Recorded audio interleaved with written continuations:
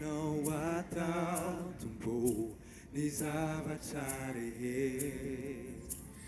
Hainao atao.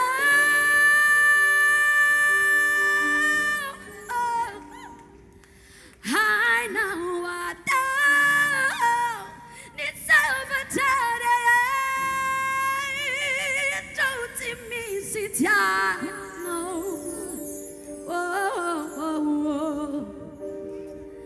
Hainao atao tsika rehetra zavatra rehetra.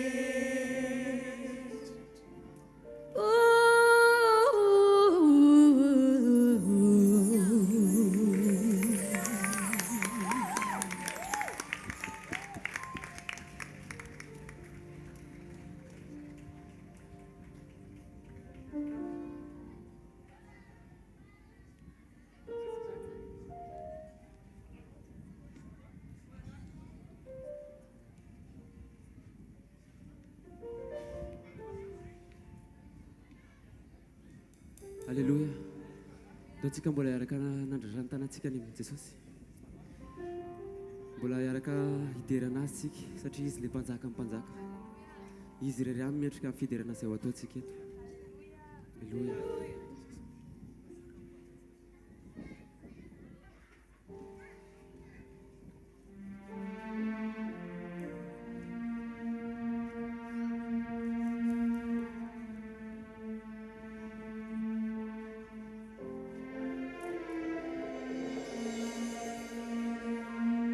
Misy mpanjaka manatriketo sokafiny fo andray azy ny fiderana no anjakany ny fahasoavany no anenikantsika. Izy manala ireo enta mavesatra, ireo amboa rehetreo atongony, misy anarana ambony anarana rehetra. Jesosy Kristy mpanjakany mpanjaka.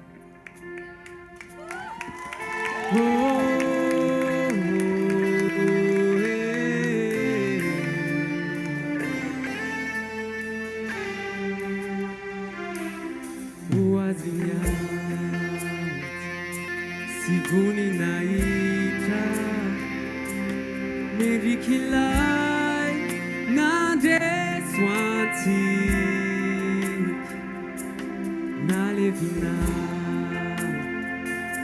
nitsangana minke nifasana tinatazonazi nifidera mandrakiza ilay mandres tompony fanalay izy anarana ambony anarana rehetra. Jesosy Kristy mpanjakany mpanjaka.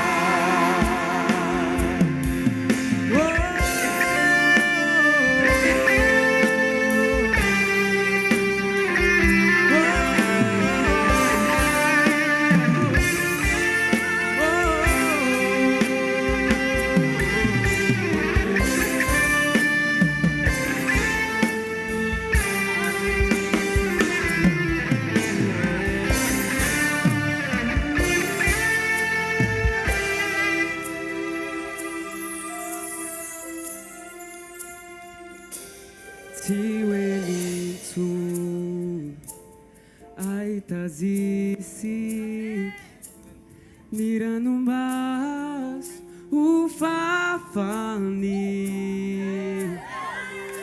wawatanunga utapikanyadi siwelai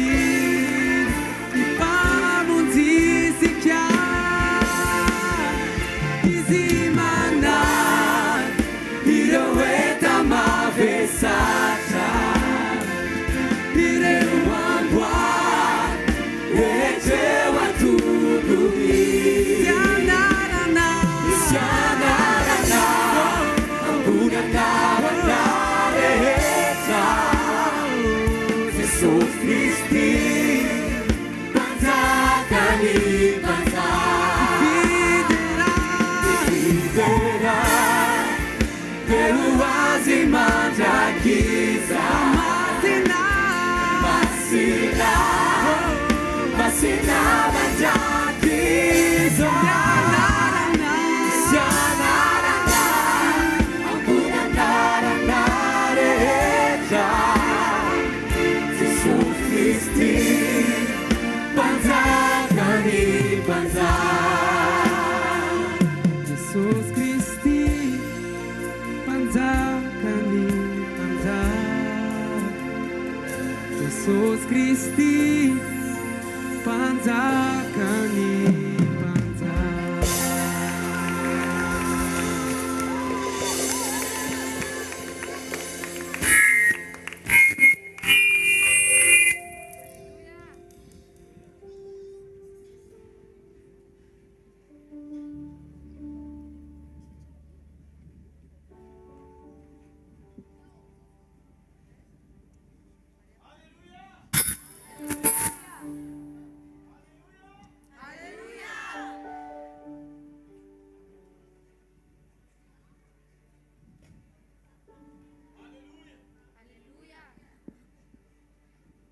Kana mevuna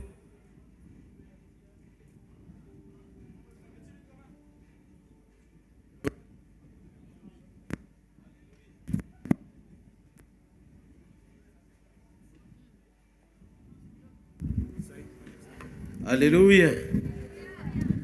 Ndao tsy kitsangana eo amin'ny toerana misy antsika kasitraka ny mpanjaka sy tompony tompo. Ty fivoriana androany arivo ty.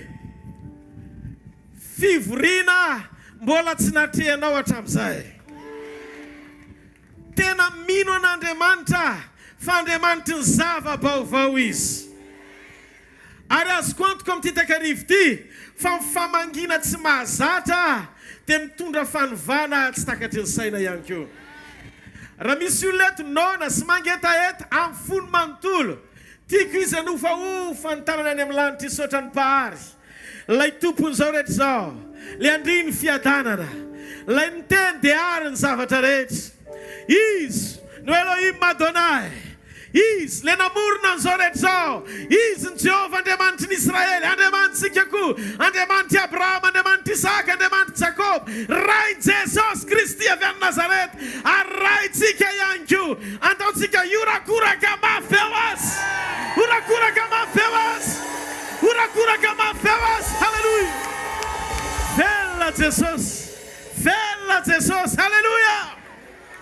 Androany, teka sitraka manokana, na dia mbola tsy hoe andro famarana aza fa rapitsony final. Andreo raha malalako rehetra, piraita-po ao anatin'ny fiombonana nanasanay tongeto ao anatin'izao fotoana sarobito zao. Andao ity tanana ao ampitandrina rehetra eto Mahajanga tsirairay avy. Zay nitotona fotsy na andro na masaka an'izao fotoana zao. Asio ty tanana mafy eo amin'ny fiombonana. Zareo manoana mandrakariva mambavaka afahako mijoro sy mizara ny teny eto anivonareo androany. Ary isorako Andriamanitra ny amin'ny fisindro rahalareo. Fanomboana ihany ny amin'izao atao zao fa mifitohizana tsy hifarana raha tsy miverina eny amin'ny rahamanlanitra Jesosy. Andao iorakoraka mafy eo amin'ny fiangonana eto Mahajanga. Sakaiza rahala. Haleluja. Fifaliako androany ny teny aminao fahorinany ty fivoriany ty tsy ho resy zany tsono ny fiainanao mandrakizay.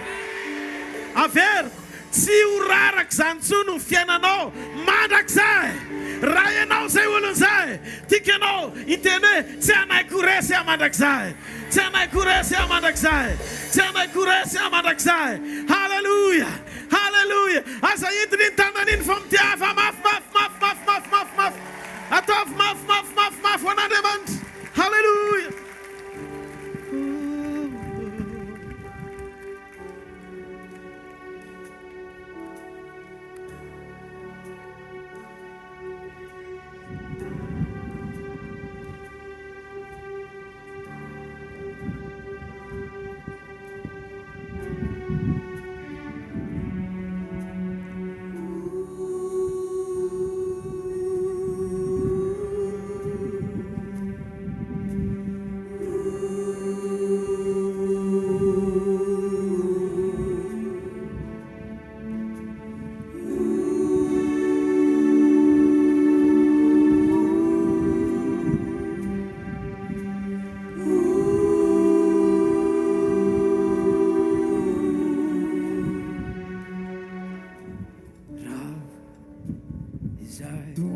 eto hanomeny saotra dia rahoanao so ihany fa eo ihanao sarotra mikio ny amindra rehefa lavitranao mitondra ehovery ane izao tontolo izao noho izany aleoko tsy miala fa miaraka aminao tsy anank'io resy aho manana anao dia mihoatra ny mpandresy anohy ny dia ho hipanjinanao eny ambony eny anandratra ny tanako aho ka ny feoko no ataoko aho dia nampandresy aho satria olo ny fanjakanao ka no nasehonao aho manintona mafia ny atsaranao riray mitondra ihovery ane izao tontolo izao noho izany aleo tsy miala fa miaraka aminao tsy anank'io resy tsy anank'io resy aho manana anao dia mihoatra ny mpandresy anohy ny dia ho hipanjinanao eny ambony eny anandratra ny tanako aho ka ny feoko no ataoko aho dia nampandresy aho satria olo ny fanjakana tsy anank'io resy aho manana anao dia mihoatra ny mpandresy anohy ny dia ho hipanjinanao eny ambony eny anandratra ny tanako aho ka ny feoko no ataoko aho dia nampandresy aho satria olo ny fanjakana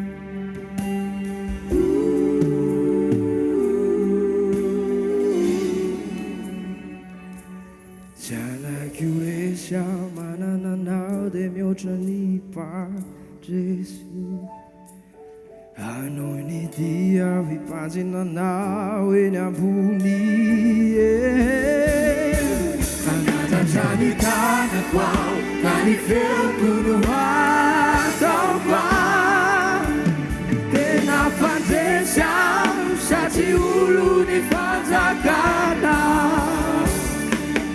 dia nampandresy aho satria olo ny fanjakana dia nampandresy aho satria olo ny fanjakana. Hallelujah! Urakoraka mafy ao an'Andriamanitra. Mirary ianao azo toerana. Androany hariva dia teteny amintsika antifahamarinana anankiray ity. Zay rehetra nilaza fa tena niona tamin'i Jesosy zay rehetra nilaza fa tena niona tamin'i Jesosy dia tsy maintsy babo ny fahatsarany tanteraka. Enoia, raha Jesosy no antony ahatongavanao eto androany hariva dia ho babo ny fahatsarany tanteraka ianao miala eto. Tiako fantatsika fa zay rehetra tena niona tamin'i Jesosy marina dia tsy maintsy babo ny fahatsarany tanteraka. Matoa misy olona anankiray milaza fa niona tamin'i Jesosy izy kanefa mbola misy zavatra hafa mibahana sy mbola mamatotra azy dia tsy tena Jesosy zany niona ny fa zavatra hafa. Meko ohatra ianao ao amin'ny jauna toko faefatra nisy vehivavy samaritana anankiray zay natsaka teo amin'ny vovony Jakoba. Andro atoandro ramatoa io fa tsy mba mitovy amin'ny olona matsaka maraina. Fa maninona le ramatoa no milefa. Lasa mantsana izy vao mandeha matsaka. Fa tsy matsaka maraina miaraka amin'ny olo jiaby. Ino antony? Antony satria mpangala badin'olona io vehivavy io. Noho izany matahotra ifanena amin'le vadin'olona be dia be matsaka maraina ka ho voatoraka na hiady piten'ny olona satria mpangala badin'olona. Noho izany menatra izy. Dia lasa izy amin'ny atoandro mandeha seul, izy raiky mandeha maka rano eo amin'io vovo. Teny aminao fa olon ratsy io vehivavy io. Mpangala badin'olona ary Jesosy mihitsy no laza ao bokon'ny Jaona toko faefatra vakio. Eo amin'ny 9:20. Ny zavatra nitanga dia tsotra. Io vehivavy io dia tadidio. Efa niaraka tamin'ny vadin'olona 5 samihafa. Ary ozy Jesosy ny anankiray ao an-tranonao mbola tsy vadinao le miaraka aminao zao. Dikan'izany olona farany zay ratsy eo amin'ny fiarahamonina, maro mpakahala, betsaka mpifosa. Raha dikantsika boaka Mahajanga azy eto dia zao nambarantsika anazy vehivavy tsy manjary. Fa enoy ty famarinany ty. Ndray atoandro tonga teo amin'io vovo Jesosy avy any Nazareta. Inona no akanesany ao? Tonga ny zanak'olona hitady sy hamonjy ny very. Halleluja! Tsy tonga izy tamin'io fotoana io anameloko sy hanondromolotra tahaka ny olona rehetra. Fa tonga izy ny saina hoe amin'ny fomba ahoana ny hanovako ny tantaram-piainany ty vehivavy ty.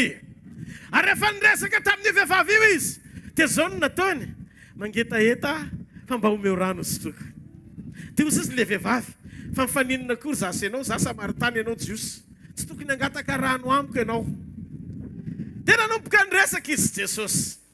Rehefa niresaka izy Jesosy dia nivanginy Jesosy le ramatoa. Ny olona rehetra mahita an'le ramatoa sy ny ataony.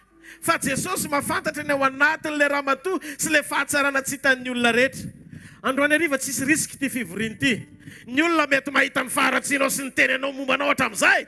Fa mititaka arivo ty mijoro eto, iraka Jesosy avy any Nazareta. Iraka Jesosy avy any Nazareta. Ilaza aminao fa misy zavatra tsara ao anatinao. Ary mititaka arivo ty eto ambom-pionana. Rehefa hiteny aminao Andriamanitra, ho avoaka an'Andriamanitra le zavatra tsara, ho esorin'Andriamanitra le zavatra ratsy. Raha ianao zay olona zay, tikanao iorakoraka mafy ao an'Andriamanitra. Halleluja! Halleluja! Hozy Jesosy taminy. Ianao fantatro. Indimy ianao zay nanambady. Dia le vady ao an-tranonao. Mbola tsy hainao le izy fa an'olona. Taitra le ramatoa. Dia ndrasony hoe fa manino io ramatoa nandeha natsaka? Mety tsisy rano any an-tranony. Ny rano mbola sarobidy lavitra noho ny hanina. Afaka tsy mihinan-kanina ny olona anankiray fa misotro rano dia mbola velona. Fa impossible ny olona anankiray tsy misotro rano fa mihinan-kanina no velona. Fa ozy izy le ramatoa, andeha tsaka hitondra fiainana ao an-tokantranoko. Hanala ny etaetako. Hanala izay nampisasatra mba andro amin'izay mba afaka ny lotoko. Fa rehefa niona tamin'i Jesosy izy, nahita ny fahatsarany Jesosy, zao ny zavatra nahavariana. Ozy izy ny Baiboly eo ny 9:20 amin'ny Jaona toko faefatra. Adinon'le ramatoa ny sy ny feno rano, fa lasa izy tonga dia nitory filazantsara tao an-tanàna. Mafantatrao? Jesosy nanadino rano sotroina na mangetaheta azy satria ambony lavitra noho ny rano mampangetaheta azy ny anovan'le vehivavy zay farany ratsy ao an-tanàna ho tonga evangelista mahery vaika. Enoy, Jesosy rehefa mijery anao tsy tonga izy ikondane anao. Jesosy rehefa mijery anao misaina izy ny anangana anao. Jesosy rehefa mijery anao tsy tonga izy itsikera anao. Fa Jesosy rehefa mijery anao vonina izy ny anovanao. Zay Jesosy zay no entina eto androany hariva andaontsika iorakoraka mafy ao azy. Halleluja! Halleluja! Halleluja. Zao zavatra mitranga. Enoy. Adino le raha matony sininy satria niona tamin'ny fahatsarany Jesosy izy. Fa nga le raha matoy ihany. Tsy le raha matoy ihany. Fa iza koa ny olona anankiray niova avy niona tamin'i Jesosy. Zakaiosy no anarany. Zakaiosy najamba azy hitakiny etra. Bartimeo tratra lava. Alainy ny vola. Satria tsy nialoka tamin'Andriamanitra izy. Raha mbola misy fialofana mangejanao na motivation hafa ao anatinao, mbola tafajanona ao am-ponao, nefa avy niona tamin'i Jesosy ianao, tsy tena mbola azoko antoka hoe Jesosy niona anao. Fa zavatra fantatro, izay olona tena niona tamin'i Jesosy manadino izay zavatra ifikirany fa tonga dia mitapikitra amin'ny tanteraka satria sady lovy aminy nity azy mahafoy ny zavatra rehetra, manadino izay matery azy fa ampy azy Jesosy. Niditra Jesosy, ny olona nijery, why? Andeha tranony tranona mpanota hony. Olo faran'izay tsy tianay. Mialatsiny rehefa mijery ny Zakaiosy ny jiosy, ary ny jiosy tena mitsotra aminareo fa mitoetra ny jiosy. Rehefa ny olona misokajino jentilisa sy maloto dia rorainy na mifaneny an-dalana tonga dia lasa izy. Ohatr'izany mitoetra ny jiosy. Satria ny jiosy misaina ny olona jentilisa ho toy ny biby tamin'izany. Dia ny tsara. Isaka mahita ny Zakaiosy zany zareo fona raha miteny. Olona Zakaiosy fa ohatry ny mahita komankory zany reo. Karaha mahita biby maloto zareo. Dia zao ny zavatra mitranga. Tsy tiany zareo Zakaiosy. Fa Jesosy vao nahita ny Zakaiosy izy. Nangetaheta ny tany am-pony Zakaiosy sisy mahita. Teteny aminao ny olona rehetra afaka miteny izay tiany ho tenenina momba anao dia avelao hiteny malalaka fa tsy olana. Fa misy anankiray mahafantatra ny ao am-ponao ary mahita anao eto amin'ity toerana ity izy androany ariva. Raha androany misokatra amin'ny fonao tahaka ny Zakaiosy mangetaheta ny amin'ny Jesosy, mety amanalina ny olona nanaraka ny Jesosy cortège ho any amin'izay andehanany. Fa zao vilalana Jesosy ho any atokantranona mpanotala n'olona anankiray tao hoe Zakaiosy. Ka tsy nataonao ny ratsy fa tonga Jesosy androany hitondra teny mpanovana ho anao. Ka raha eo io fonao io no misokatsokatra eo androany, teny aminao fa izay zavatra mbola tsy hitany maso, tsy ndrenesy ny sofina, naniditra tao am-po, niza nefa ny manin'Andriamanitra ho an'ilay olona mangetaheta anankiray izay atao anatin'ity fivoriana ity androany hariva, ty toerana ity ho ambom-pionana iarahanao amin'Andriamanitra, anovan'Andriamanitra tanteraka ny tantaram-piainanao. Raha ianao izay olona izay, tikanao iorakoraka mafeo an'Andriamanitra. Halleluja, halleluja, halleluja. Hozy izy Zakaiosy tsisy toroteny. Jereny Zakaiosy ohatr' izao niendriky Jesosy. Izy tena mahafinaritra izy. Izy ilay fahafenony nandrasako hatramin'izay. Soa fa nampandroso azy tatonkantranoko. Taloha te hitsahatra ao amin'ny vola. Motivationko ny anakarena.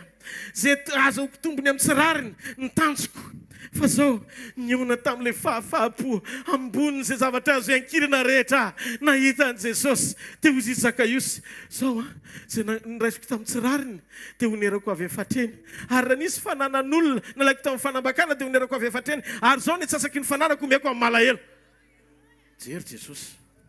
Zay Jesosy vita amin'ny fivoriana. Tonga dia vita amin'ny fivoriana sy ny fanasana. Tsangana izy dia izy manomboka androany zanaky Abrahama koa izy. Enoy ty vaovao mafaly ty androany hariva. Halleluja. Raha fotrany Zakaiosy tsy manao zavatra afa-tsy nitango vola amin'ny tsirariny, olona tena miondam-bola, mpiankina amin'ny vola, tsy tena miantehitra amin'Andriamanitra ohatran'ny Zakaiosy, avy niona tamin'i Jesosy, tonga dia raha Zakaiosy zany mijoro vavolombelona eto androany hariva dia zao ny ataony. Hatramin'ny nionako tamin'i Jesosy dia lasa nahantra. Satria ny atsasaky ny fananany efa tsy otsony zay rehetra nalainy naveriny avy efatreny. Lasa vavolombelona tsy dia tia fiangonana hoeno zany. Fa ny tiako ho fantatra ao dia tsotra. Tsy hoe tonga hampahantra anao izy efa nampahantrana teo amin'ny toeranao akory. Aza matahotra. Fa tsy zay ny zavatra tiako zaraina androany.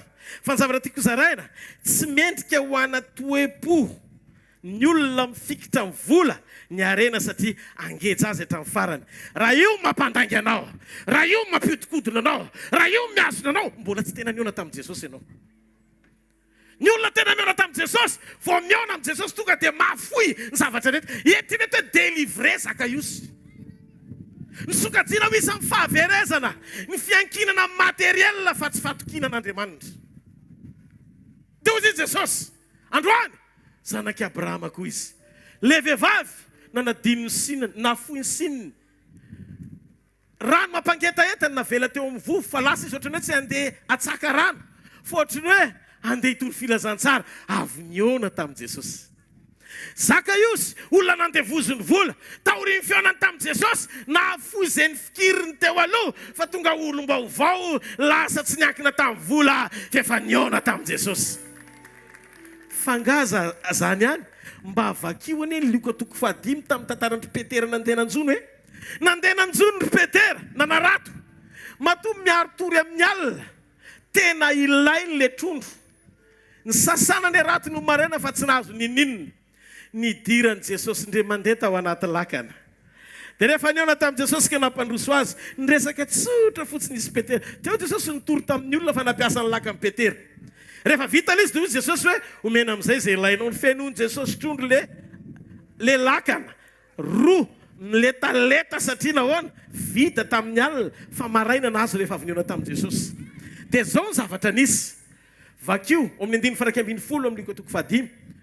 Fa vao nanomboka mivoaka Jesosy niala tao amin'ny lakana dia andeha, adino ny Petera teo ny aratony sy ny lakany ary le trondro nalaina nandritry ny alina. Fozy izy ny Baiboly hoe ary dia nahafoy ny zavatra rehetra ireo dia nandeha nanaraka azy. Dia ina indray zany le problème teo? Le problème neretana hatramin'ny alina ray manontolo mba mahana olana maraina.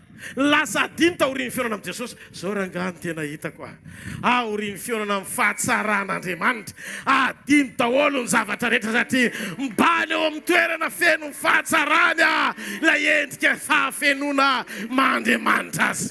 Ka androany arivo misy zavatra tsy maintsy adino ary misy zavatra tsy maintsy atena. Zavatra hitako amin'ity takarivo ity, hiala eto amin'ity fivoriana ity ianao, atsiaro fa niona tamin'Andriamanitra ianao. Ary profam-panehoana fa niona tamin'Andriamanitra ianao, esorin'Andriamanitra daholo ireo ho tamora amin'ny tambesatra sy mahazo rehetra, ho délivren'Andriamanitra ireo fiainana tsaraka ny sitrapony rehetra, mbola mety nangejanao hatramin'izay. Ireo endriky ny faratsiana ny azona anao, motivation hafa rehetra tao am-panimponao an'Andriamanitra, ireo karazan-javatra maro samihafa tsy mahatateraka ny fijoroanao azy satria efa akatoky ny fiverenantsika zao. Ho esorin'Andriamanitra lavitra dia tsisy hamatotra anao intsony ireny fa ny zavatra hitranga olon'ny fanjakan'Andriamanitra ianao, olona tian'Andriamanitra ianao, olona tsy azo sakanana amin'ny fandrosoanao ary izy eo amin'ny famirapiratana eo amin'ny fiainanao voninahitry'Andriamanitra. Tiany takariva am-pionana misy eo aminao sy Andriamanitra ary androany arivo miova ny zavatra. Halleluja, halleluja, halleluja.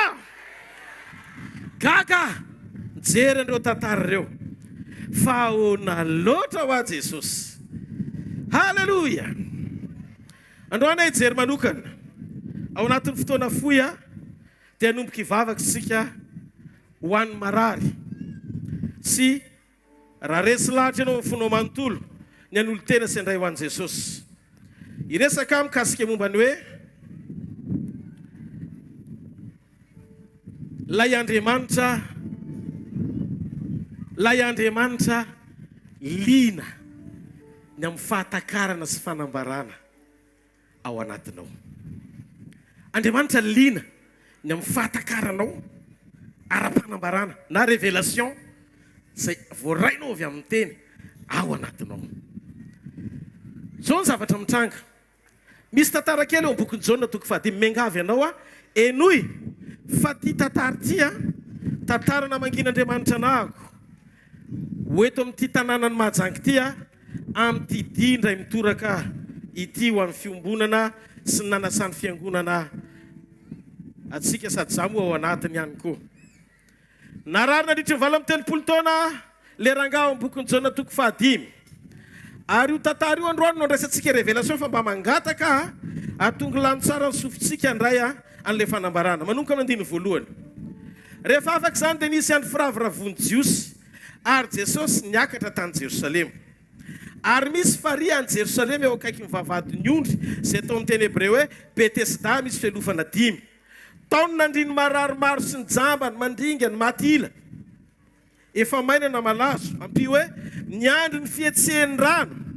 Fa izy anjely hidina tany amin'ny faria indraindray ka nampietsika ny rano. Koa izay iray miroboka aloha rehefa mietsika ny rano dia sitrana na inona aretina manjo azy.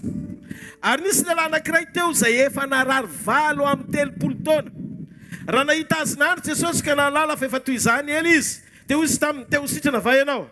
Dia le marary namaly azy hoe tompoko, raha etsehana ny rano dia tsy mba misy olona mandroboka eto amin'ny faria, nefa raha mandeha dia misy olon-kafa misosika eo anoloko. Dia hoy Jesosy taminy, tsangana, eto ny fandrianao ka mandehana. Ary araka tamin'izay dia sitrany raha lehilahy ka nitondra ny fandriana dia lasa nandeha ary sabata izany andro izany. Narary nandritra ny 30 taona izy, io lehilahy io. Ary eto ny Baiboly dia tsy nanome ny anaran'ilay lehilahy fa nilaza ny nantsoan-draha lehilahy sy ny nanasitranan'Andriamanitra azy, nanasitranan'i Jesosy azy. Tsy maninona, mety tsy voatery ho fantatr'Andriamanitra ny anaranao, mety tsy voatery ho fantatry ny anaranao, fa Andriamanitra mahafantatra anao. Ary raha mijery izy androany dia mahalala mihoatra ny mombanao, mihoatra ny fahalalana ny tenanao azy. Ary eto ny Baiboly dia miteny ao amin'ny Jaona 5:1, rehefa afaka izany.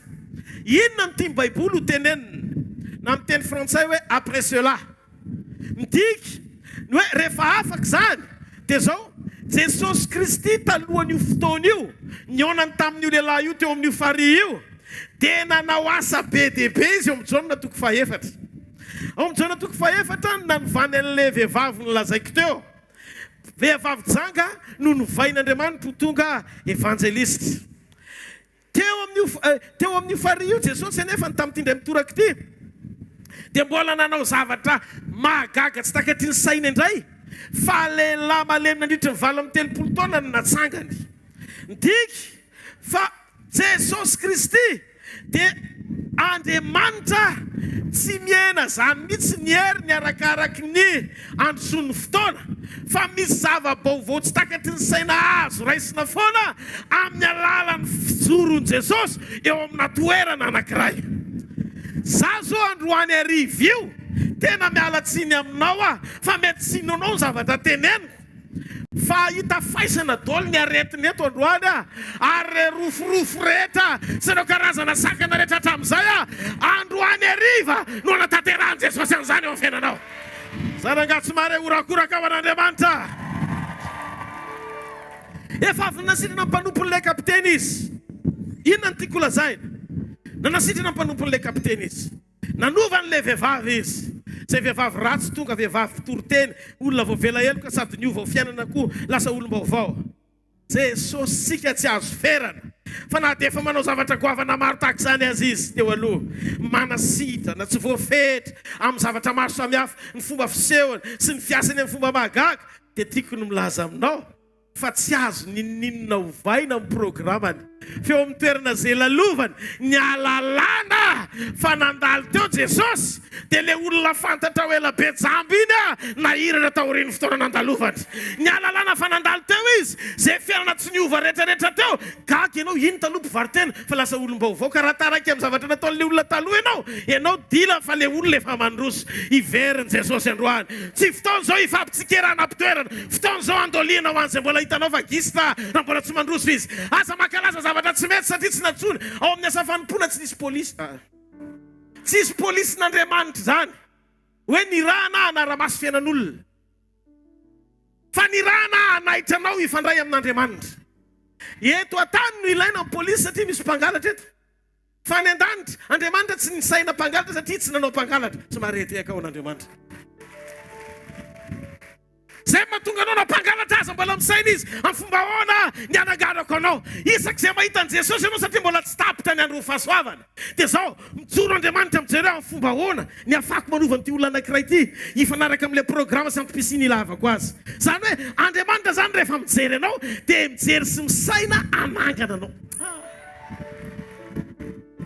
Androany raisy Jesosy ho tombo sy mpamonjy ny fiainanao manokana. raha Jesosy tombom-pamonjy amin'ny fiainanao manokana. Militsika rehefa novaina dia efa lasa amin'izay zavatra taloha. Tsy miaina amin'izay fatoro. Ato anaty Baiboly tsisy tantara niverenan'ilay raha matoa tamin'ny faratsy intsony. Fa rehefa nanafaka azy Jesosy dia hozy izy hoe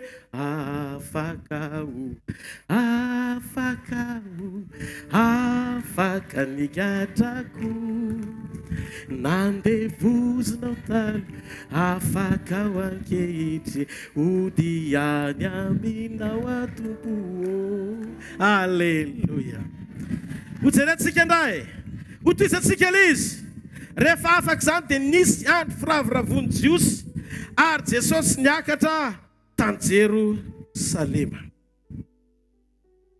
Andro firavoravon'i Jiosy, andro Pasika io andro. Andro firavoravon'i Jiosy, fetim-panafahana ny zanak'Israely navoaka avy tany Egypta. Niakatra ny Jerosalema ny Jiosy miaraka amin'ny fofeny firavoravona, fifaliana. Dia zao ny zavatra nitranga. Ho aiza ny direction? Ho ao amin'ny tempoly ao Jerosalema izany firavoravona izany. Dia zao Jesosy koa andeha hiaraka amin'ny Jiosy hiravoravo ao amin'ilay toerana matoa neverin'ny olona fa miditra ny Jerosalema hiatrika an'io andro firavoravona io ao amin'ny tempoly izy. Fa ny zavatra nahavariana, jeren'i Jesosy ny Jiosy rehetra faly daholo. Fa ny ao am-pon'i Jesosy tsy le Jiosy faly tamin'ny andron'ny Pasika, fa ny tao an-tsainy nakany izy amin'ilay lehilahy nalemina nandritra ny valo amin'ny telopolo taona ho atsangany. Hozy izy, ary misy malahelo niandry ela mba hifaly. Noho izany tokony hiara-hiditra amiko izy hifaly ao amin'ny tempolo ny amin'ny ankalazany andro Pasika. Dia zao eritrereto ty famarinany ty.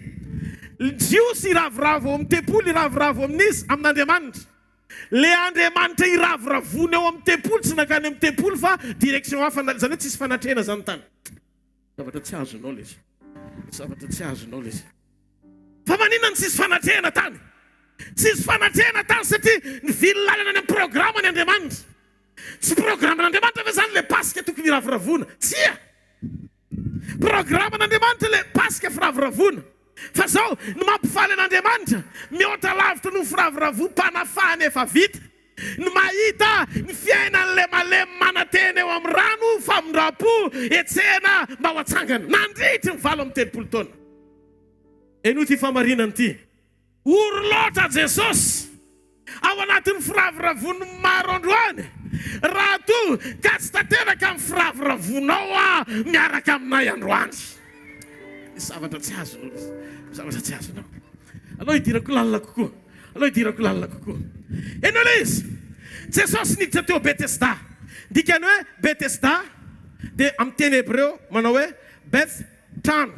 Soada Raida Roada zafady. Zany hoe trano mpamindrapo. Ina ny dikan'le trano mpamindrapo. Io rano zany dia toerana eo amin'ny toerana anankiray atao hoe trano mpamindrapo. Zao nefa tsy mampafamindrapo tsara sy libra tena avy amin'Andriamanitra n'ilay famindrapo teo amin'io rano io tsara. Ny antony dia tsotra.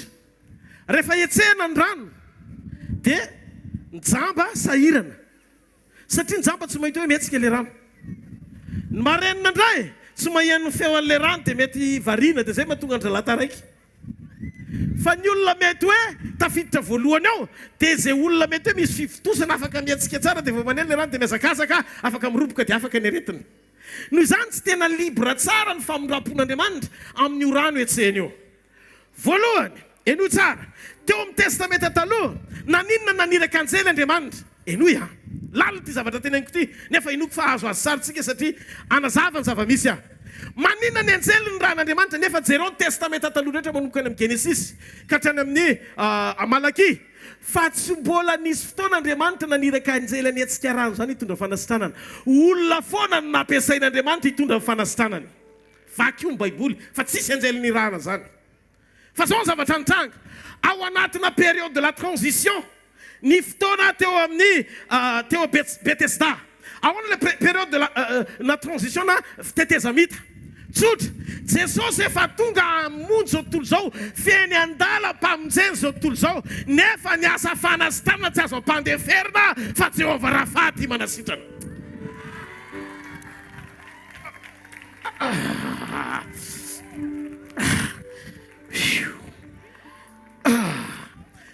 Rehefa maty Jesosy sy ny kapohana vao nitondra ny aretintsika rehetra izy, ny kapohana izy dia nidikapoka niantra taminy no fanasitranana antsika. Nefa Jesosy tamin'io tsy mbola ny kapohana.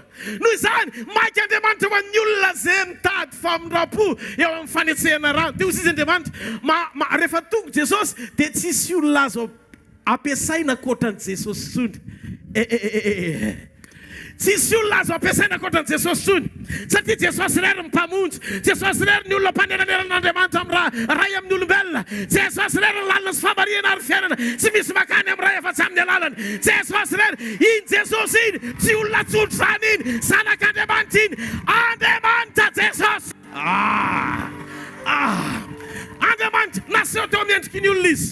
Rehefa tapitra amin'ny famonjena, enoy, rehefa tonga amin'ny famonjena, mitsahatra amin'izay Betesda, voataorian'ny fitsanganana, niakatra ho any an-danitra Jesosy, ary nitoetra eo kavanany ray, naniraka amin'ny fanahany amin'izay, ny fanasitranana tsy any amin'ny rano tsony, ny fanasitranana tsy any amin'ny toerana hafa tsony, fa ny fanasitranana amin'ny anarana anankiray, izay tononona ary manam-pahefana amin'ny aretina rehetra, natao eken'ny aretina rehetra sy ny rofo rehetra amin'ny anaran'i Jesosy Kristy avy any Nazareta, lohalika le rehetra andohalika, lela rehetra idera. Halleluja! Noho ny anarany sy ny heriny, ary androany hariva amin'ny anaran'i Jesosy, amin'ny anaran'i Jesosy avy any Nazareta, mino androany hariva fa hiasy eto ny heriny ny anarany, hiasy eto ny voninany.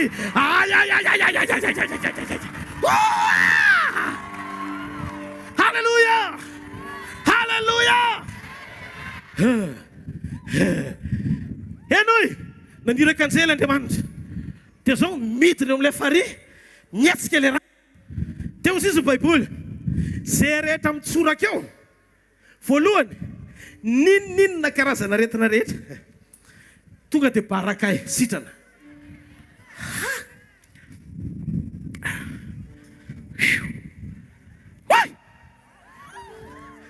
Raha anjely no nirahana, mbola tsy maty Jesosy, mbola tsy nikapohana Jesosy, anjely no nirahana ny antsika rano. Inona ny zavatra mitsanga eo amin'ilay farihy?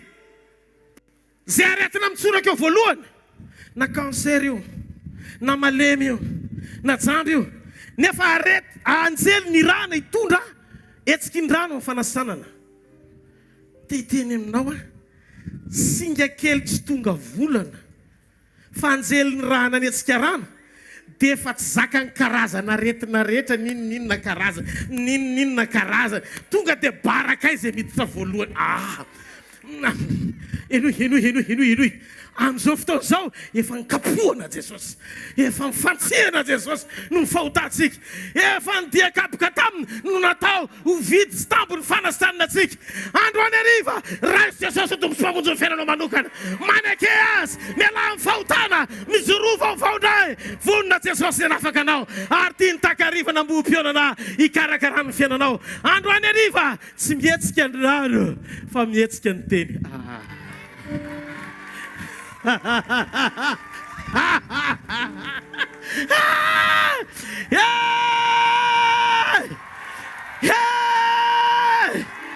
Enoy, zao ny zavatra nitranga, zao ny zavatra nitranga. Jereny Jesosy le malemy, hozy izy tsy tena tirangaty nanana révélation. Inona ny révélation tao amin'ny oranganitra vala amin'ny telopolo taona io? Nanana faharetana izy, miandry eo amin'ny farihy, miandry eo amin'ny farihy, nihetsiky ny rano. Nanana faharetana izy. Jesosy mbola tsy teraka akory izy efa teo, satria vala amin'ny telopolo taona izy narary, nefa ny taonany mihoatra noho izany. Vala amin'ny telopolo taona izy nalemy, niandry teo amin'ilay farihy foana, manam-paharetana izy, satria nanapahatakarana izy fa eo amin'io farihy io ny anaran'ilay toerana, ny jiosy tena mametraka tsara ny lanjan'ny anarana Betesda, ndika trano mpamindrapo. Niandry ny famindrapon'Andriamanitra izy anasitrana anazy.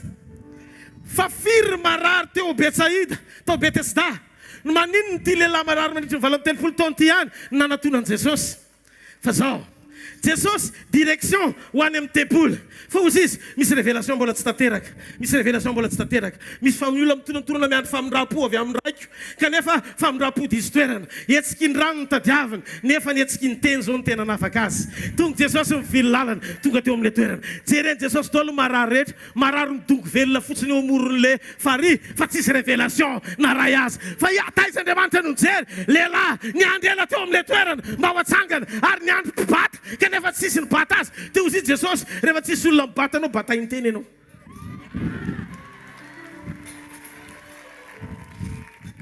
enoy tamin'izany modim-panasitanana tsy maintsy lena voasitrana mirobodrana voasitrana fosy Jesosy teo amorony rano androany tsy mirakla lena fa mirakla seka yawa sabanao mahay ainao tsara raha tiako volanina zany amen ozy Jesosy androany tsy le mazatra tsy le formule andrasanao isanandro fa androany eto ny tompony fiainana eto ny tompony hery eto ny tompony fahefana eto ny tompony voninahitra eto ny tompony fananganana eto ny tompony fiainana androany zavatra rehetra ho amboarin'Andriamanitra firy mino fa ho ataon'Andriamanitra zany firy mino fa ho ataon'Andriamanitra zany andaontsika ity an-tanana mafy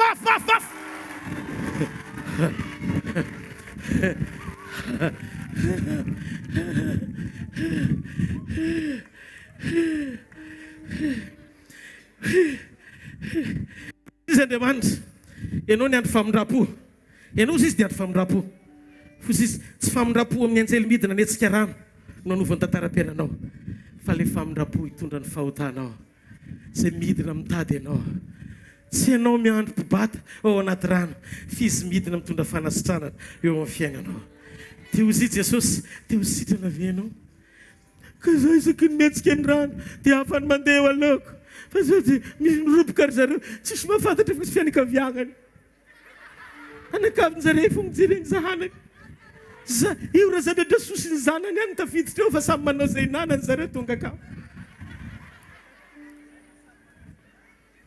teo izy Jesosy nijery anazy teo sitrany ianao zao izy izy nietsika ny teny anankitelo nolazainy Jesosy betao ny fandrinao efa ely io fandrina io no nitondranao fa androany no fotoana mba azahoana izy io valy mibavaka mba ianao indray nitondra azy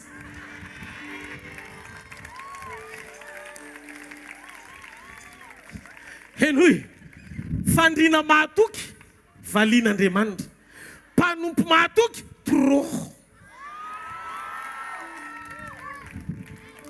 valina fahatokina na fandrina azy na fandrina azy tsaroan'Andriamanitra mitsangana ozy izy mitsangana aloha batao amin'izay le fandrina zay faharoa mandana amin'izay voaka lasa mahagaga Jesosy tsy nandroka devoly miala ny devoly ny fahalemena miala ny devoly miala tsisy resaka misady resatany amin'ny devoly le raha ozy Jesosy za tsy mahita le fahalemena sy le problème fa fantatro fotsiny dia zao mitsangana batao le fandrina go halleluja ka androany arivo ahita faisana no nyazonazona anao hatramin'izay eo mba fantatrareo moa ny dikanao hita faisana ahita fasana ho alevina androany le fahalemena nampahory anao raha ianao le mangetaheta androany eo amin'ny toerana misy anao io raha ianao le oro fampahorin'ny aretina androany ka mila ny tanan Jesosy zao fotsiny ny angatahako aminao aza vela izy vesatra ao anatinao amatonao ny zavatra ilainao fa mahita fifaliana androany amin'ny alalan'ny fiombonana ho aminy raisy Jesosy tombosy mpamonjy ny fiainanao manokana miala ny faratsiana rehetra fotoana zao iandrandratsika amin'ny fiverenan'i Jesosy ambony lavitra no ny maso mahiratra ny maso tokony ho jamba raha sanatria mijery zava-poana miracle faran'izay tsara indrindra ozy Jesosy tsara kokoa raha masinao ny manafitoana anao potsero raha ny tananao tapao ary mahavariany Jesosy tsy niteny hoe eto ty potseroko satria tsy mahay manapotsy raha fa ny anazy mampahiratra foana ka hainao zay Izy tsy manapotsy tamaso fa izy mampahiratra jambany ainy. Ny dikan'izay ny zavatra ataon'i Jesosy, ianao ny asainy manapotsitra azy. Fa maninona ny asainy potsero, tapao, fa maninona izy miteny an'izany? Satria misy ezaka safidy avy aminao manapa-kevitra hijery zavatra tsy tokony hojerena sy manay zavatra tsy tokony horaisina.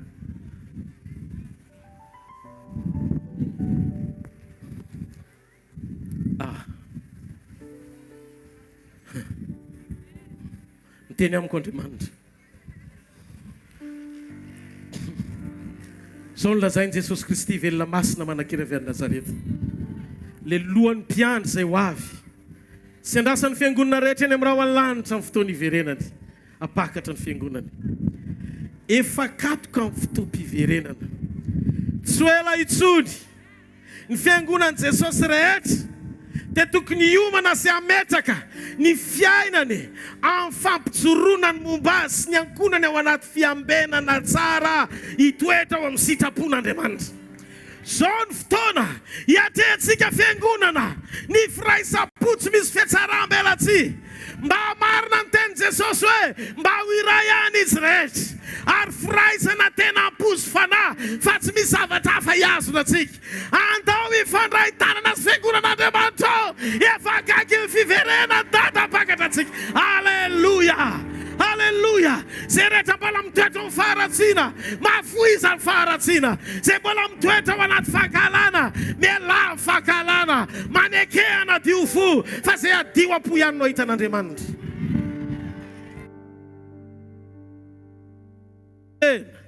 Zay mitoetra ao anaty sy famendrena, aoka hijoro mba ho mendrika. Hozy Jesosy, efa akaiky ny fotoam-piverenako. Azany fotoana zany, tsy fantatra. Raha zao moa maneno ohatran'le teo le trompetra. Sotra amin'ny pasteriva no misotra azy.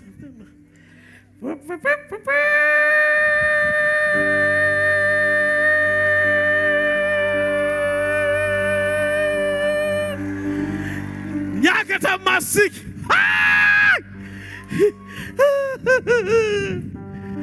Tsy haiko fa ravoravo be mifandavo. Ataontsika ity atana mafeman'Andriamanitra. Amen trompety. Io tokana ny hitany masika. Vao mijery azy sika dia hovana hitafy ny tsy fahalovana ary hitovy endrika aminy. Tadidio fa zay tsy niambona sy nanao atsirambona amin'ny fiainam-panahiny dia anenina. Fa tsy hoenao zany olony zany. Tsy hoenao zany olony zany. Satria matony raha zay tonga eto androany. Hiteny zany fahamarinana zany aminao.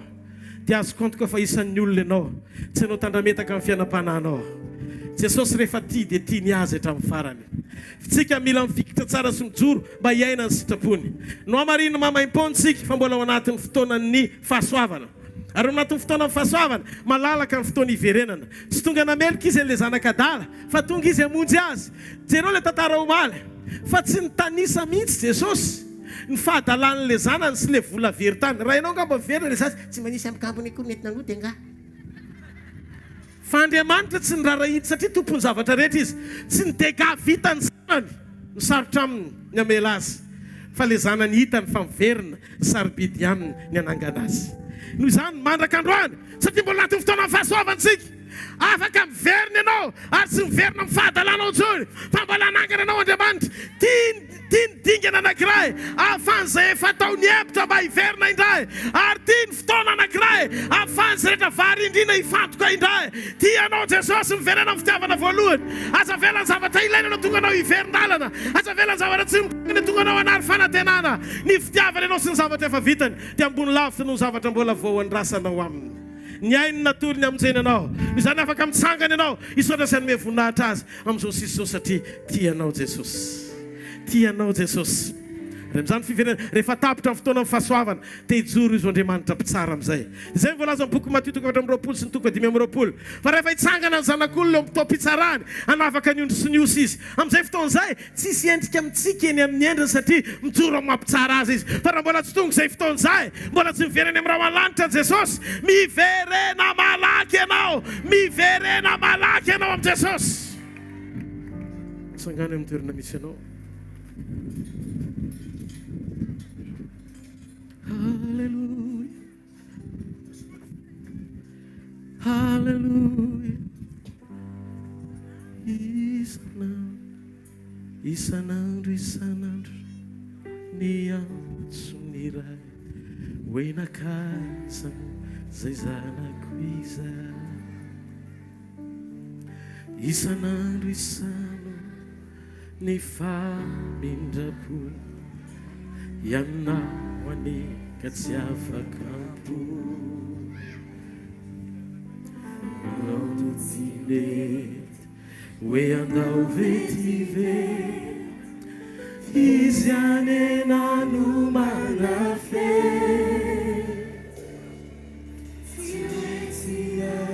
Raha resy lahatra ianao androany arivan'olitra amin'ny fiainanao amin'ny Jesosy Kristy.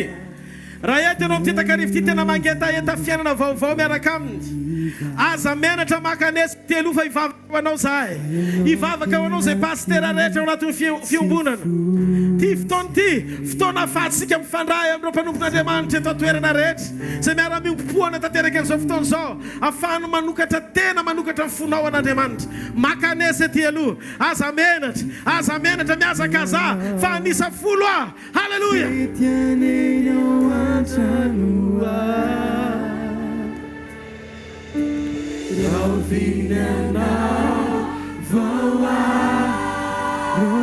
Aza menatra fa miazakaza ty aloha fa fotoana izao tena amezanao tanteraka anao mponana ny lavitra any azy ianao. Aza menatra fotoana anofan'Andriamanitra tantara amin'ny anjara voatendry, anokafan'Andriamanitra pety vaovao. Halleluja.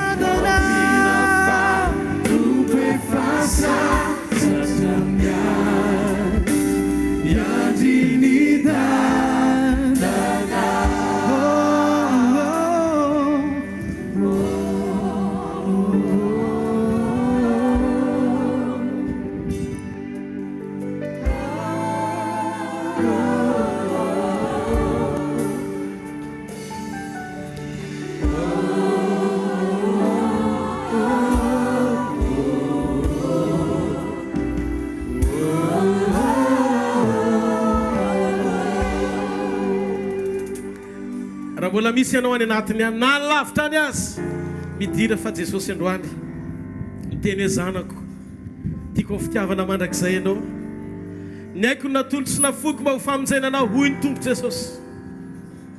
Sarobidy eo masoko ianao ny malala sady be voninahitra ny tiako, tsy foky ianao, ny haiko ny solonao, ny soloko anao teo amin'ny azo finjalitra.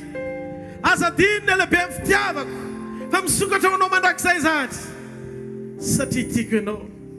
Halleluja.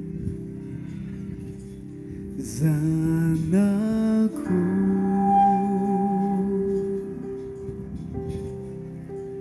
asany tana. Mbola malalaka, mbola afaka miazakazaka tsika ny andiny voalohany amin'izay nataontsika dia afaka mbola mandroso zay mbola mangeta eto na lavitra any. Tsy efa nilazy izany aho naonianao no miondrika mandany mierinao amin'ny ranomaso sy ny aia. Amin'ity takarivo ity tiako nareo eto aloha nangana ny taninareo any amin'ny lanitra. Atao vitan'Andriamanitra hoe mitsangana ny antenne. Rehefa mitsangana mantsy ny tanany zanak'Andriamanitra dia ozy izy ny ten'Andriamanitra hoe faly Andriamanitra mahita ny tanantsika mitsangana eny tontolo eny. Raha misy any amin'ny toerana misy ianao any mbola tsy tonga ety aloha ianao fa tena mangetaentana vao fanolora-tenanao. Ao anatin'ny fonao tena etaeta marina ny ombona amin'i Jesosy indray. Iverina amin'izany fitiavana voalohany izany. Atsangana ohatry ny ety aloha ny tananao fa hivavaka ho anao izay. Raiko amin'ny anaran'i Jesosy. Reo tanana mitsangana eto aloha reo. Ndreto izay pasteur rehetra Andriamanitra. Ndreto izay mpanomponao tsirairay avy rehetra. Amin'ity fotoana androany ity dia miompom-pony zanakao rehetra eto Mahajanga. Izay menakavy rehetra Jesosy ankohonana sy mpiandro ny fanjakam-pisorona androany. Miompo eto amin'ity toerana ity. Hivavaka ho an'reto zanakao rehetra. Mivavaka izay Jesosy amin'ity takarivo ity. Aoka mifoha misokatra rehetra amin'ity androandroany ity. Mba ho raisinao sy ho atsanganao indray. Avereny miaraka amiko sa vavaka izao ho antsika rehetra izay tena vonona sy manaiky andray an'i Jesosy sy hanolotra amin'ny fiainanao azy. Avereny sa vavaka izao Jesosy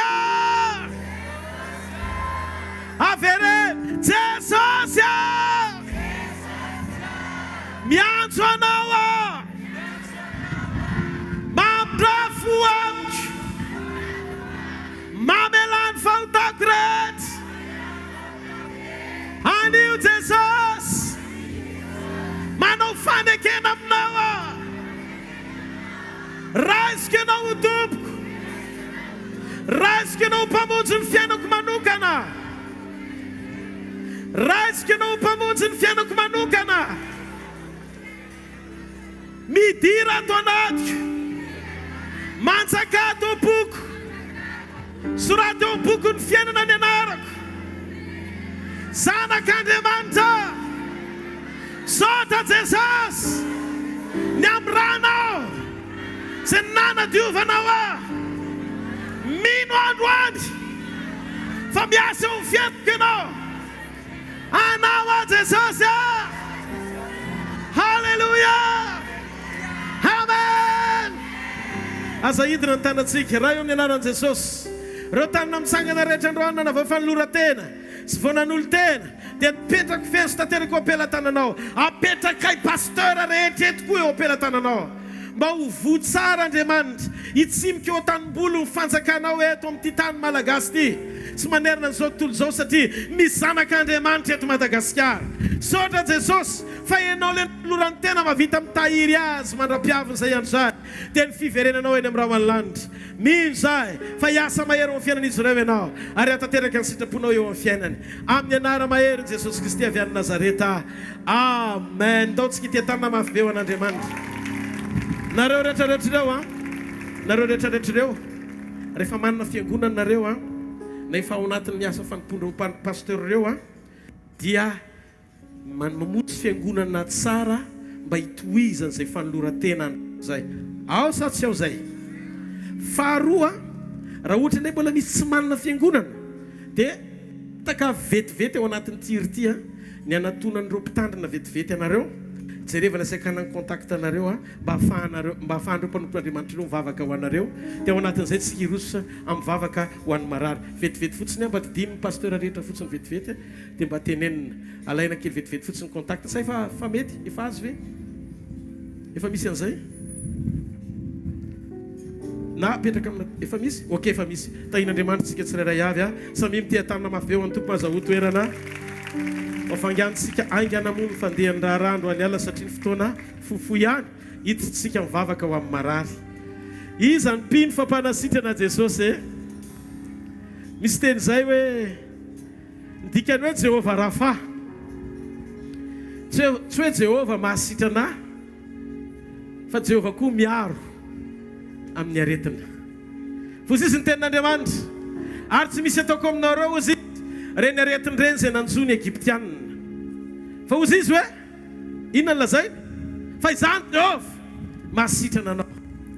Ny hoe Jehovah Rafa tsy hoe Jehovah mpanasitrana fotsiny fa Jehovah miaro anao tsy ho azon'ny aretina koa.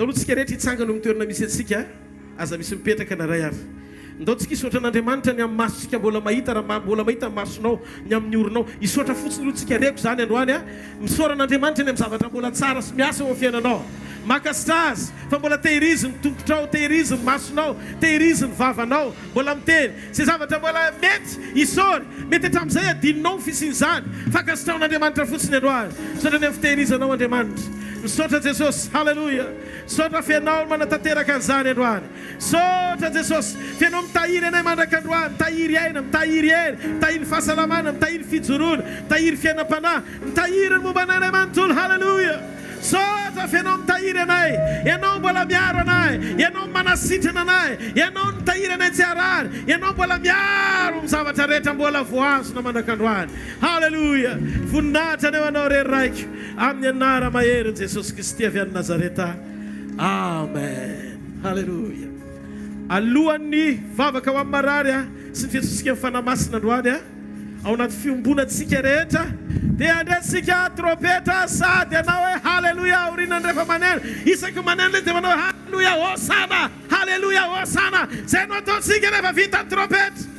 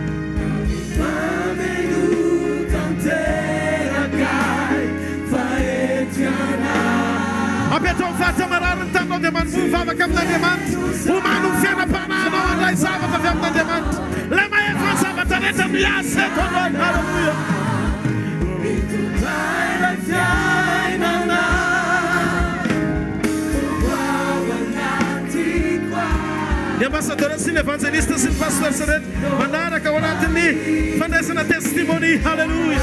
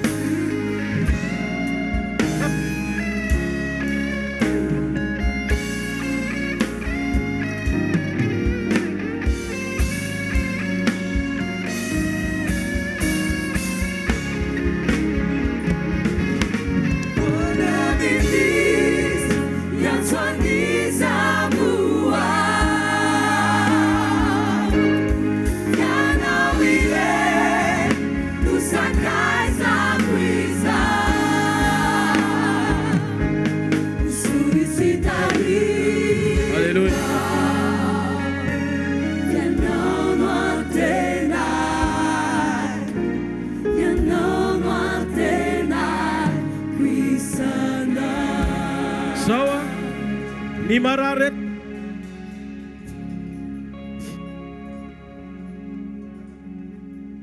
takan marareta dia mametraka ny tanany eo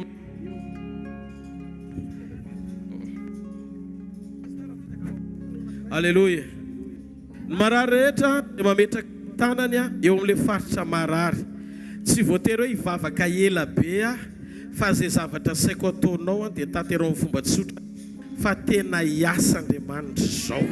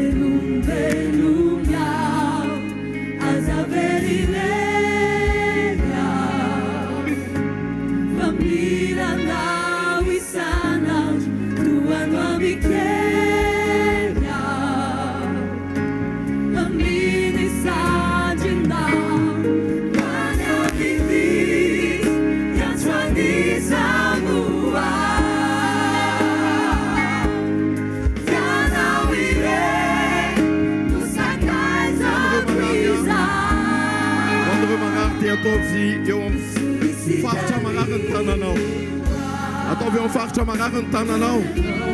Ho an'ireo marary rehetra dia ataovy amin'ny faritra marary ny tananao. Apetrao amin'ny faritra marary ny tananao dia mandalo ny mpanompon'Andriamanitra.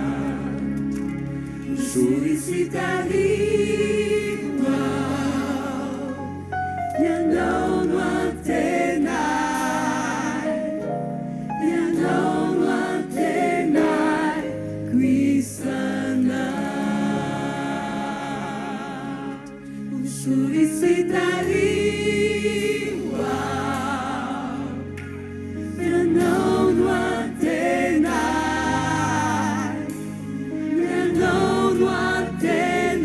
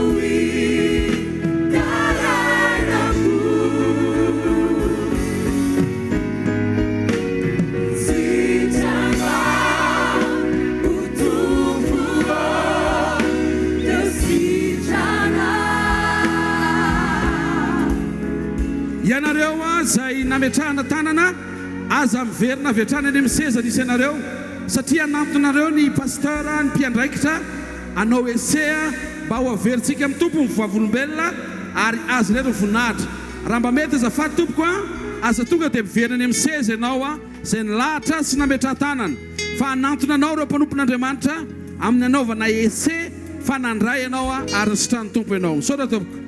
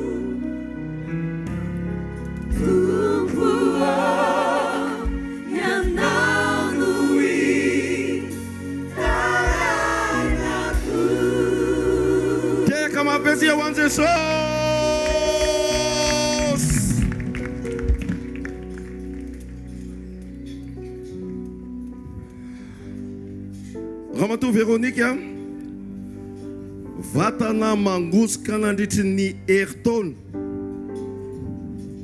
vao niditra teto tamin'ny anao ilay vao tonga tamin'ny voalohany tamin'ny atoandro mihitsy zany vao niditra teto tamin'ilay atoandro iny dia nahatsiaro maivana tanteraka tena zay Madame Veronika tanteraka ka tena maivana tanteraka vao niditra telo iny fotsiny dia efa eniko tato amin'ny soroko ny tambesatra be no tonga dia afaka niodina dia rehefa niodina tsy afaka ty dia tonga dia afaka niondrika nandela dozy teo dia hitako ohatrany tena fanatanjaka be no vatako ataovy ilay fihetsika tsy vitanao taloha dia ataovy ilay vitanao zao hoe afaka niondrika ve ianao tamin'ny fotoana rehefa mihetsika zany rehetrarehetra dia tena tsy mba afaka miondrika zany fa dia zao Alléluia. Tiaka mabetsika ho an'i Jesosy vatana mangosika nandritry ny heritaona vao tonga teo ny fanatrian'Andriamanitra sitranin' Jesosy. Tiaka mabetsika ho an'i Jesosy.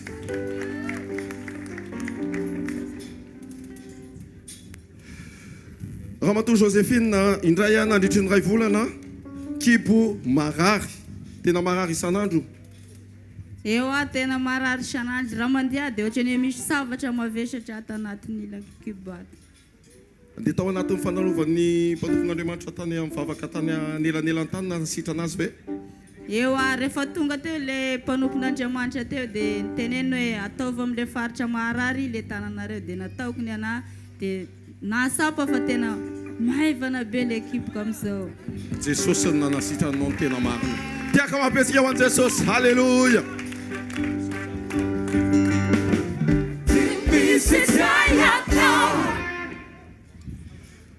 Ramsey Alexandre mora sositra tsy mahalefitra mora tesitra tao anatin'ny 10 volana androany tsikitsiky miramirana matsapapalina fampikisapivalina no fanatrian'Andriamanitra tiaka mabetsika ho an'i Jesosy halleluja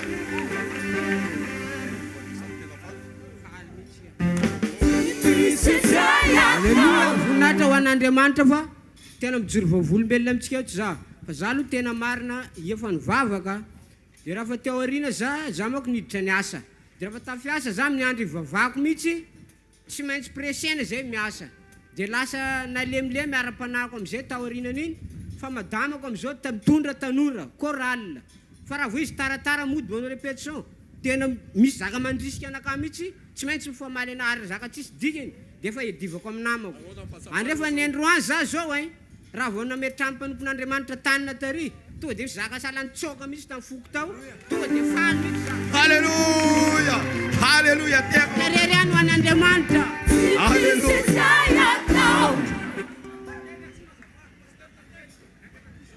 Pasteur aina tantely azafady a. Mikara ty ainao azafady pasteur rahala pasteur aina tantely. Mademoiselle Sarah, sofina na rary a tsy na eno akavisa akavanana zay. Ny sofina akavanana nandritry ny ray volana. Mila ese. Tena tsy na eno intsy sofinao io ody. Tsy na eno. Nandritry ny mois. Nisy accident sa nisy inona na tonga an'izay. Misy loviny. Miverimberina foana le sofina tsy nale. Ya. Ataontsika ny ese zao a. Averinao zay teneniny sofina avanana tsy nale. Averinao zay lazainy a. Ao amin'ny sofina avanana. Tsara Jesosy. Maheno a. Sitrana. Alléluia! Sofina tsy nale nandritry ny ray volana tonga nandrea nalovan'i Jesosy azy. Tiaka mabetsy ho an'i Jesosy.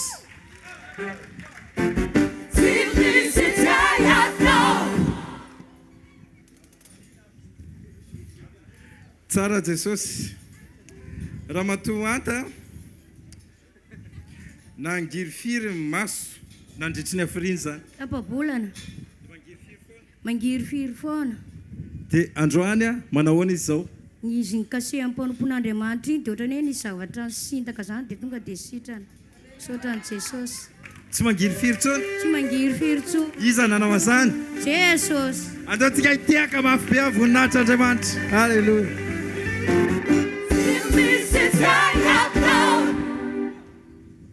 Tiaka mapesika ho an'i Jesosy. Na ray andro io na ray taona io na firy volana io a sitrana ihany ny anarany rehefa eo Jesosy. Madame Fanja, kibo a na naikitra na mahalitra any amin'ny lamosina. Nandritry ny herintaona. Manaona ny fahatsapanao zao Madame Fanja.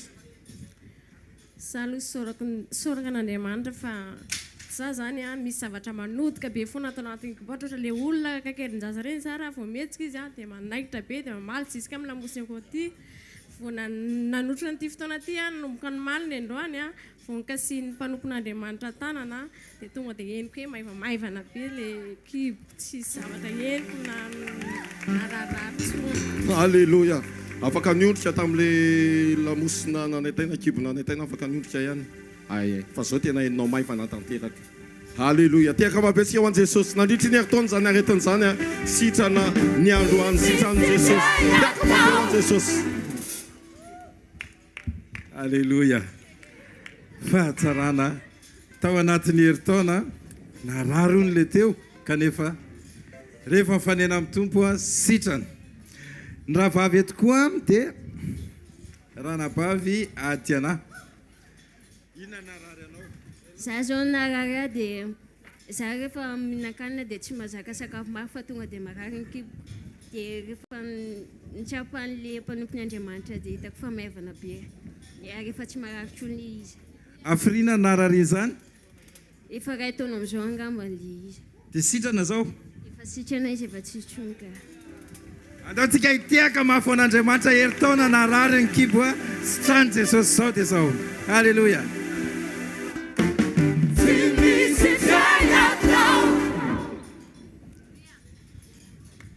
Tsy misy tsy aina atao. Alléluia. Mademoiselle Nirina nandritry ny roa taona lohalika mangotsoka. Be dia be zany fangosoana eto amin'ny tanàna zany asitrany Jesosy. Alléluia. Lohalika mangotsoka rehefa mipetraka rehefa miforotra dia tena manaitaina fa izao manahoana. Salama. Salama foretoy lohalika ao tsy manaitaina tsony zany. Tsy manaitaina tsony. Alléluia. Tiaka mabetsy eo an'i Jesosy lohalika nangotsoka nandritry ny roa taona sitrana.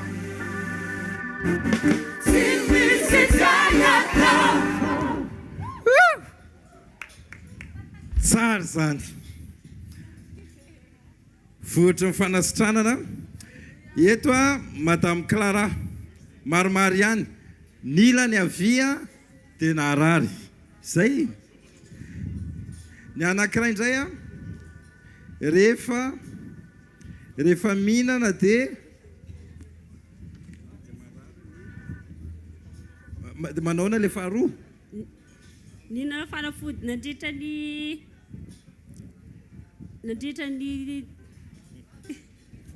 roapolo taona marary ilany aviato dia ny marary izy dia sitrana mihinana fanafody dia sitrana dia tanatin'ny 3 andro melony ty izy narary koa dia za fa tsy nihinana fanafody tsy io nefa reraka dia za nandeha taty io dia nametraha tanana teo dia sitrana amin'izao voninahitra ho an'Andriamanitra.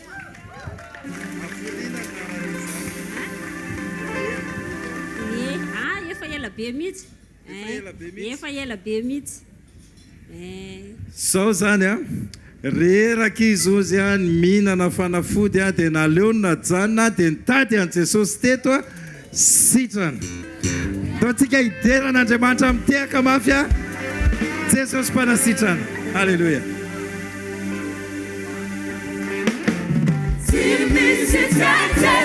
Mandroso ianao ramose Roger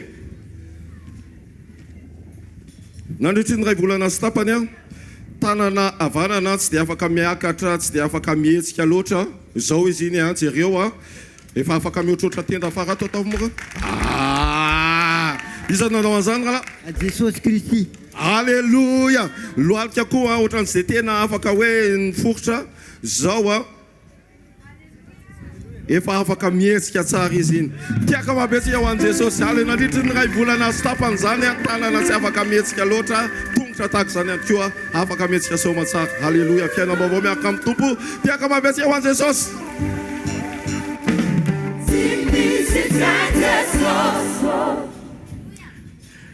Eto indray a Georgette hatramin'ny fahakeliny dia tsy naheno a na maheno kely fotsiny a ny sofina avanana fa rehefa nametrahana tanana teo a dia gaga izy fa nisokatra dia maheno tsara zao. Andonge iantso kely amin'ny pasteur atsika pasteur Ihaja azafady tompoko mba nao ese kely a ny sofina avanana tsy nandrehatra amin'izay dia ankehitriny a izay zavatra olona zay ny pasteur raha enonao dia avereno. Tsara Jesosy, tsara Jesosy, tsara Jesosy. Alléluia. Ataontsika hitehaka mafy a hatramin'ny fahakely zany tsy naheno a voninahitra ho an'i Jesosy rery ihany.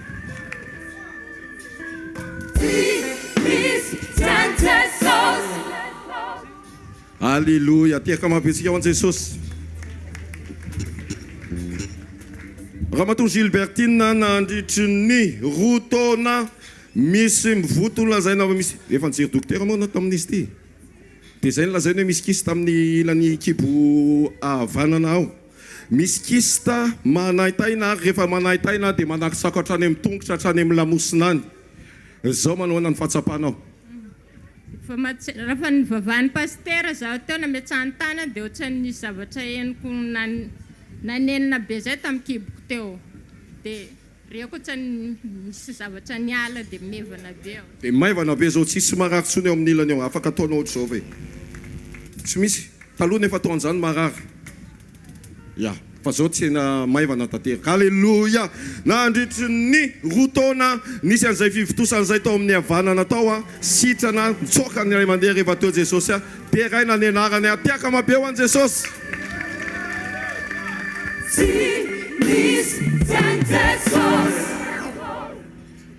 Tsy misy tsy hain' Jesosy. Alléluia. Profon'izany a Madame Claudia nididina izy herintaona lasa zay dia rehefa nididina dia maharary dia eto amban'ny kibo eto a isak'izay mijoro dia maharary izy io tsy afaka mijoro maharitra fa rehefa teto amin'ny fanatrehan'Andriamanitra nijoro maharitra dia tsy naharary tsony nametrahany mpanompon'Andriamanitra tanina dia confirme a afaka nanahoana marina zany marina zany fa tsy marary tsony ataontsika hitiaka mahafon'Andriamanitra nesoron'Andriamanitra zany a Jesosy mahavita zany.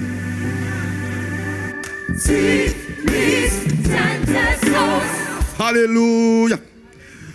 Madame Sylvia nandritry ny telo taona noho ny asa natao dia lasa nisy nanindrona ny tratra efa telo taona zay.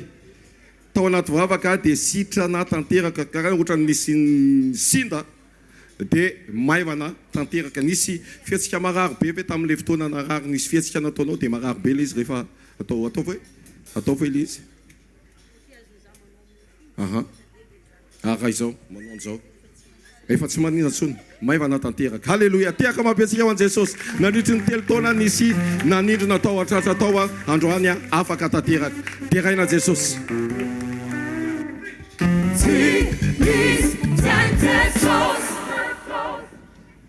Porofony Jesosy zany satria zazakely manatona azy dia mahazo ny anjarany. Noela kely noela dia marary ny tendany dia mangoritsana be. Fa rehefa teo dia nanahoana ilay izy Noela? Efa sitrana. Tsy marary tsony. Tsy mangoritsana tsony. Atao hoe sitrany Jesosy a. Sitrany Jesosy a. Ataontsika hitiaka mafy eo an' Jesosy. Halleluja.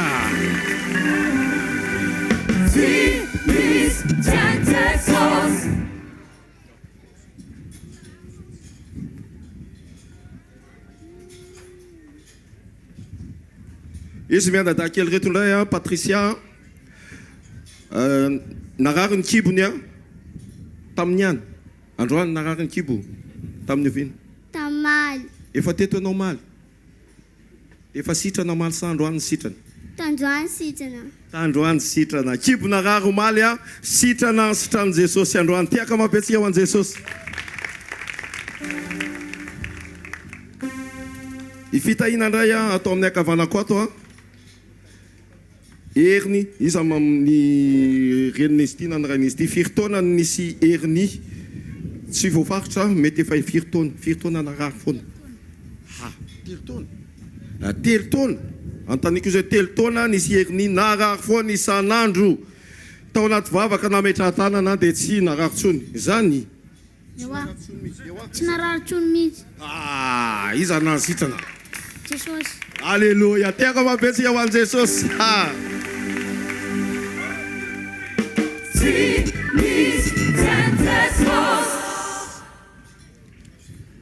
Porofo anankiray manaraka indray madame Naolita. Izy dia tao amin'ny tratrany tao nandritry ny telo volana dia maharary azy. Androany nahoana tompoko? Efa miaina za dia efa tsy manindrina tsony. Fa izy tera vao miaina za dia misy zavatra manindrina be dia nitsofin'ny mpanompon'Andriamanitra dia tonga dia efa tsy. Jesosy. Jesosy nanao an'izany afaka miaina tsara ianao zao tsy marary tsony. Efa tsy marary tsony. Ataontsika hiara hifaly amin'ny fideranan'Andriamanitra ao anatin'ny tiaka noho ny asa lehibe nataon'i Jesosy.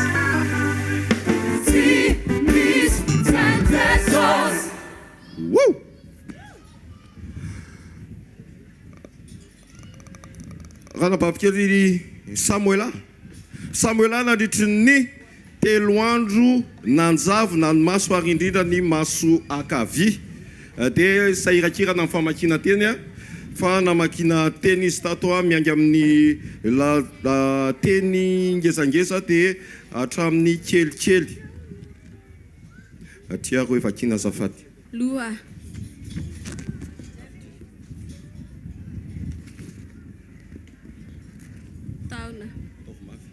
Taona. Mazava tsara ny makina azy. Tiaka mampiatsika an' Jesosy masona zavozavona afaka tonga namaky lahatsoratra na dia madinika azy. Tiaka mampiatsika an' Jesosy.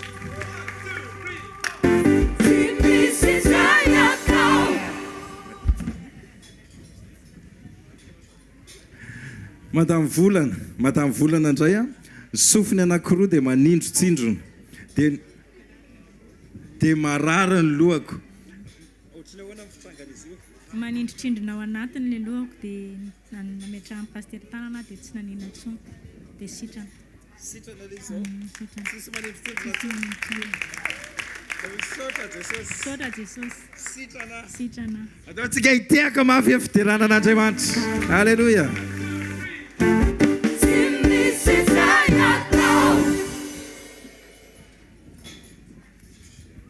Raha matora solo mampionina vavoniny ziriziry ary manaintaina nandritry ny efataona. Nefa nijery dokotera nandritra izay efataona izay ninona fanafody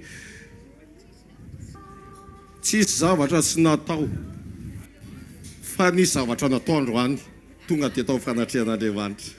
Dia tao anaty vavaka dia tonga toatra nisy ny sinda tamikoatr'izay dia maivana tanteraka. Vavoniny ziriziry nandritry ny efataona zany re olona afaka teno eo voninahitra ho an'i Jesosy rery ihany. Tiaka mampiasia ho an'i Jesosy.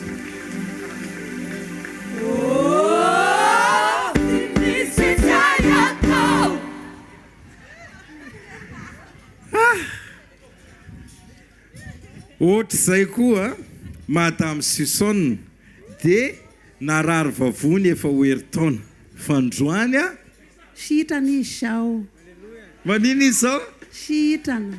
Sitrana. Iza nanao an'izany? Jesosy. Jesosy nanao an'izany a ho azy a hifalitsika sy hanandratantsika an'Andriamanitra androany a mahery ny Jesosy tsika hitiaka mafy tsika.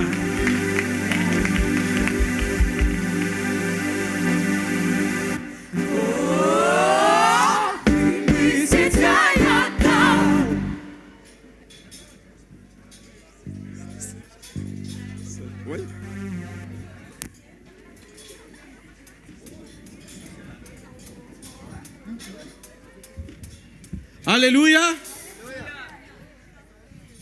Misy zaza tanana havanana tapaka. Tanana vanana tapaka. Tsy afaka miforotra, tsy afaka nandeha. Reko Andriamanitra ny teneny tohizany zao le izy. Tohizany makanesa telo confirmeko fametran-tanana le izy. Tanana tapaka, tsy mahetsika fa manaintaina, sady ny esorony Jesosy ny fanaintainana ny tohizany taolana. Makanesa telo ianao. Niona tany an-trano dia efa mivavahako. Dia teto confirme tao anatin'ny vavaka izy fa mietsika tsara. Makenesa telo fa hitonam-bavaka anao hijerevana an'ilay tanana eto. Orakoraka mafy be ho an'Andriamanitra.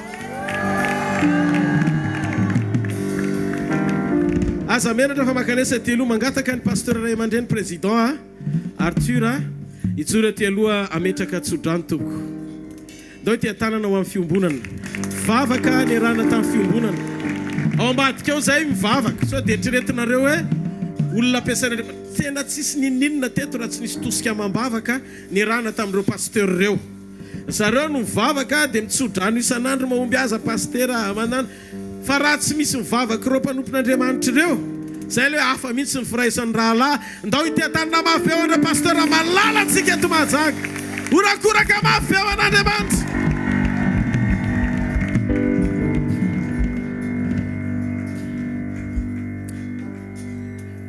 Rapiso angatantsika pasteur Bar rapiso amin'ny final metraka tsodrano. Ndao ity tanana mafy eo an'Andriamanitra. Alléluia.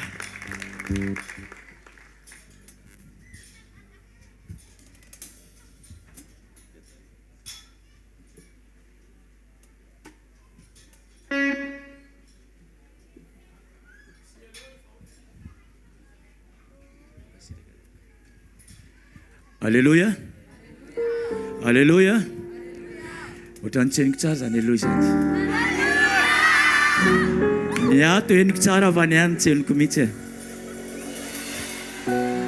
Tena mbola tsy maheno ny ato ahy. Ho an'i Jesosy anie zany fa tsy ho antsika. Ataovy mafy mihitsy hoe alléluia. Tena ataovy mafy mihitsy hoe dia misy zavatra milatsako aminao nan'izany teny hoe alléluia.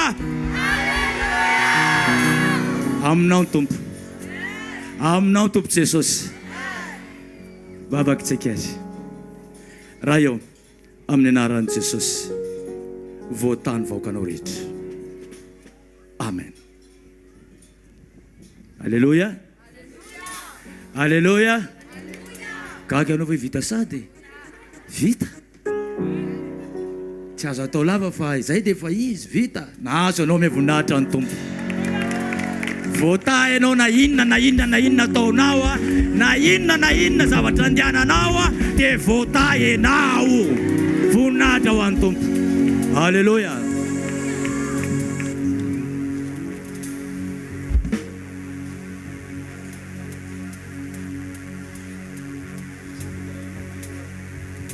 Dotsika isangana idiran'Andriamanitra re dotsika rehetra miaro amin'ny tekabotana dia zao izay faly miaro amin'ny sotosoto ho an'i Jesosy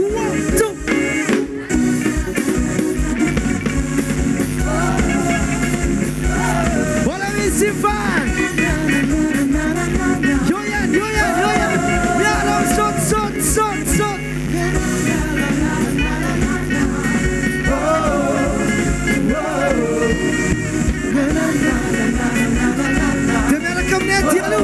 miaraka makanta misy latra tanteragao fa miandry maitro mahere zao atsy mialaminao fa anao re ovetsika kely miara nanatiny adiriko raha resy ana izy nonene zona veriveriko asaiko manante aiza le tanatsika miara amitiaka ambony be Mindrafuni fiandrany fahasoavany atsarany tsy ola ioia fity tsy misy fananiny alehibe ny anarany tsy siotry iza vaovao isanandro vaovao na iny tsemtona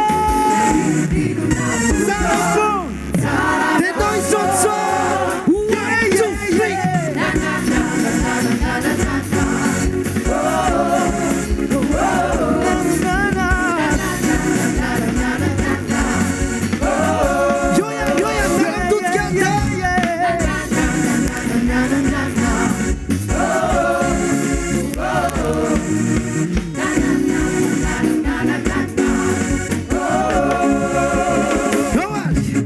Rasita una barate ributuza vimanambane mitananya pigaleibe simanziale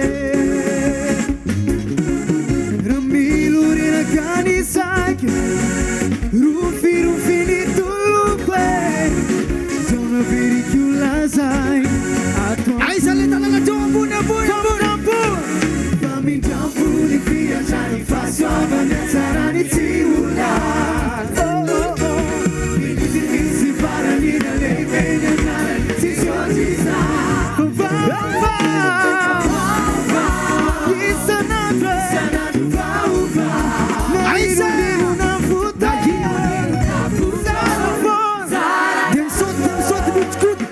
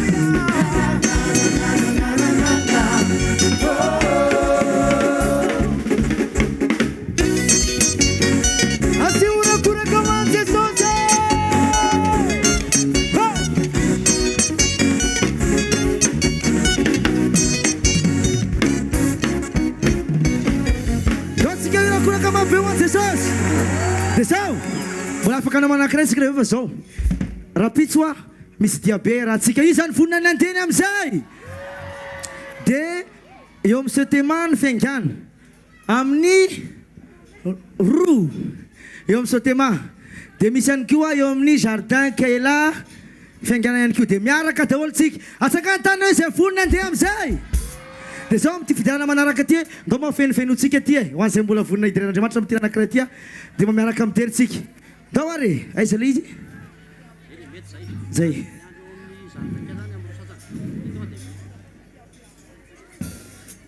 zao ary ataontsika répétition le diabe ny fidiranao ataontsika dia avia ty aloloha azy miandro amin'ny jardin kely dia misaotemany fiangana amin'ny sasany ho an'izay andeha diabe nanao répétition kely ndao zala lasika tompo misandra tenao e ataovy ambony ny solo tanana anankiroa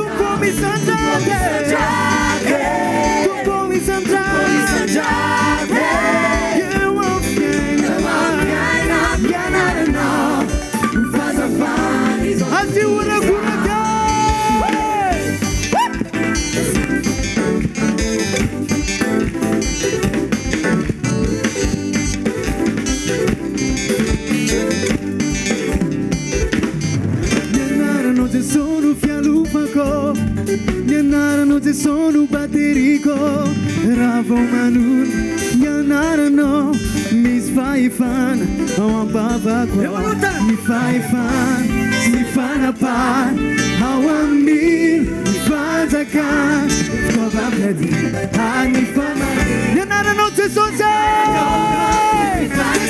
sotim sotim sanjay